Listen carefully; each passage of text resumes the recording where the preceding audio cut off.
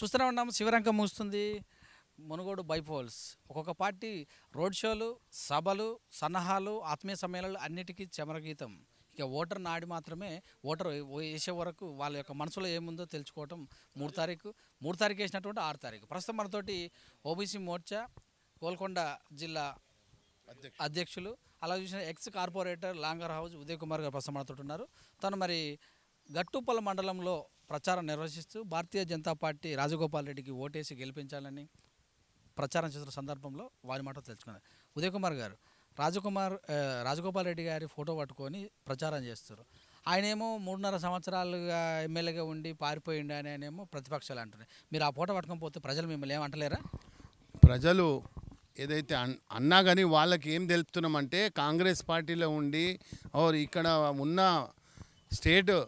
State వాళ్ళు ఆయనకు helping ఏది నేచర్ లేకుండా, కాబట్టి ఆయన ఏం పనులు చేయలేడు. ఇప్పుడు సెంట్రల్లో బీజేపీ మన మోదీ పాలన ఉన్నది కాబట్టి మన పువ్వు గుర్తుకొచ్చి పువ్వులో మనకు ఉండి ఇప్పుడు పనులు చేయాలనే ముందుకు వచ్చిండు. కాబట్టి అతనికి ఓటు వేసి మీరు గెలిపించి ఇప్పుడు పనులు తీసుకోండి. ఏది ఉన్నా కానీ మీకు కరోనాలో కూడా ఆయన ఎంతో హెల్ప్ చేసిండు. అతను మొత్తం ఇంటింటికి మన బియ్యము, ఉప్పు అనేది, పప్పు అనేది పంపించిండు.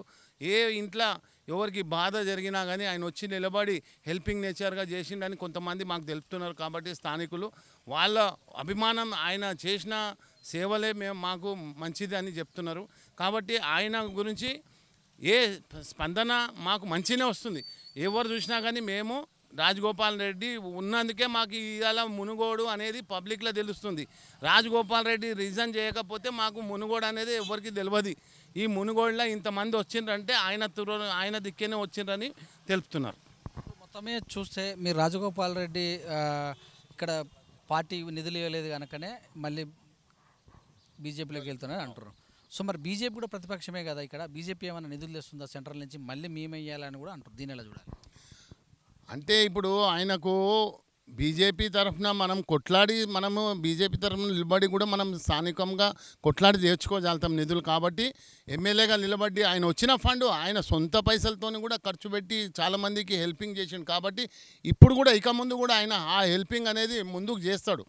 కాబట్టి అందుకే మా అందరికీ మనకు ఈ కమలం పువ్వు గుర్తు మీదనే మనకు ఉన్నది అని ఆయన మన పార్టీలోకి వచ్చి ఈ యొక్క కమలం పువ్వు పార్టీకి వచ్చి ఆయన గెలవాలని మునుగోడులో రీఎలక్షన్ పెట్టించాడు. 2018లో ధర్మం కోసం పనిచేసిన భారతీయ జనతా పార్టీకి 10,000 ఓట్లు పడ్డాయి.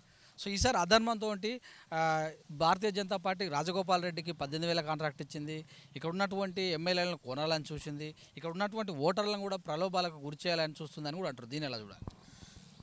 ఇక అది మనకు తెలుసు, ఏ పార్టీ కొంటుందో ఏ పార్టీ కొనదో అందరికీ తెలుసు. ఇక్కడ ఊరోళ్ళు కూడా అదే అంటున్నారు. ఆయన ఇన్నేళ్ళు చూడనైనా చంద్రశేఖర్ అనే టీఆర్ఎస్ వాళ్ళు ఇప్పుడు వచ్చారు మా దగ్గరికి. ఇన్ని రోజులు రాజగోపాల్ అనే ఉండే మాతాన రాజగోపాల్కే మేము ఓటేసి మేము గెలిపిస్తాం. నిధులు అనేది ఇప్పుడు ఆయన త్వరనే మాకు జరుగుతాయి కాబట్టి ఆయనకే మేము గెలిపిస్తామని వాళ్ళు కోరుతున్నారు. కేసీఆర్ సభతోటి ప్రతిపక్షాలు షటర్ క్లోజ్ చేసినాయి. ఒకరో ఇద్దరు మిగిలిరు ప్రచారానికి అని అంటారుగా. అట్లా ఏం లేదు, షటర్ ఏం క్లోజ్ చేయలే. మాది ఆచారం, మా యొక్క బీజేపీలో ఏంటంటే ఒక ధర్మం కోసం పాటుపడేది పార్టీ.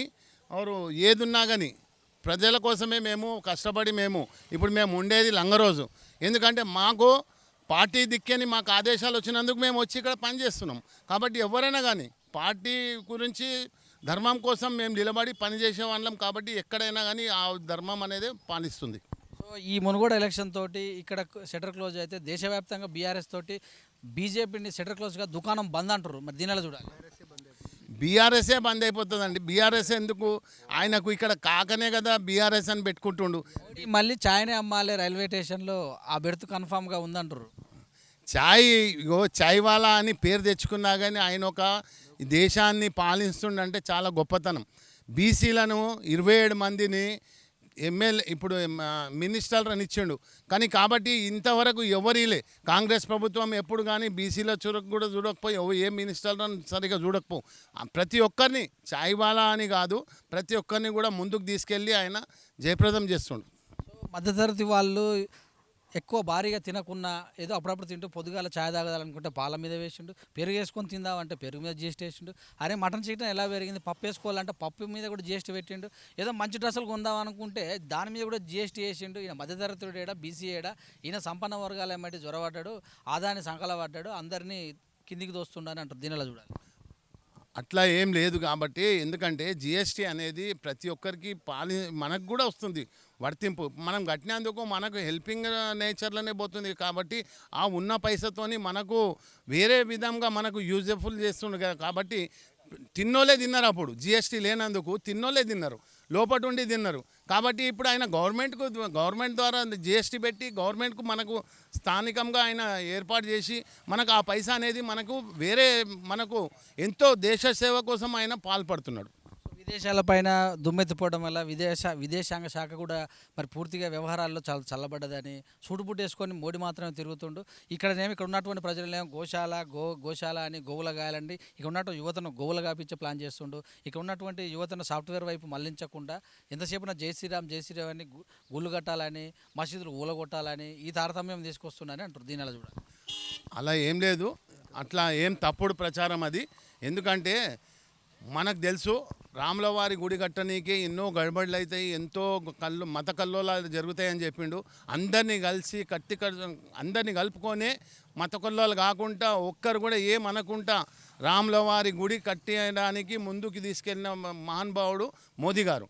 ఎందుకంటే అతను చాలా ఏది ఉన్నా కానీ ఒక పాయింట్ టు పాయింట్ అనేదే అతనికి సేవ అనేదే ఒకటి తెలుసు, కానీ వేరే ఉద్దేశం ఏం లేదు అతనికి. పురాణ కాలంలో గుళ్ళలో ఉన్నటువంటి పండితులను కడుపు నింపేందుకు కట్టినటువంటి గుళ్ళు ఈ యొక్క కలియుగంలో ఎవరైతే వెనుకబడిన తర్వాత వాళ్ళకు జ్ఞానం కావాలి, ఆ జ్ఞానం బల్లో జరుగుతుంది. బల్ల విషయం వదిలిపెట్టి ఇంకా గుళ్ళు అంటే ఒక పండితులు అంటే ఒక అగ్రవర్ణాల కోసమే పనిచేస్తారు. వాళ్ళ దగ్గరికి వెళ్ళి పూజలు చేసినాక వాళ్ళ కాలు మొక్కటానికి ఈ ప్లాన్ అంతా తప్పించి భగవద్గీతలు ఇవన్నీ అన్నీ కూడా అణగారిన వర్గాలు అణచివేసేవే, రాజ్యాంగబద్ధంగా ఉండేది, రాజ్యాంగం నేర్చుకునేది బడి ఒకటే అంటారు. దీనిలా చూడాలి.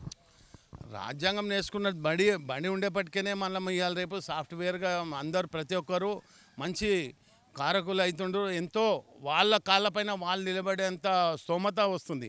కాబట్టి అతను కూడా మీరు చూడండి, మోదీ గారు మాట్లాడితే ఎట్లా అంటే అతను ఒక పాయింట్ టు పాయింటే మాట్లాడతాడు, కానీ వేరే విషయాలలో ఎప్పుడు జోక్యం చేసుకోండి.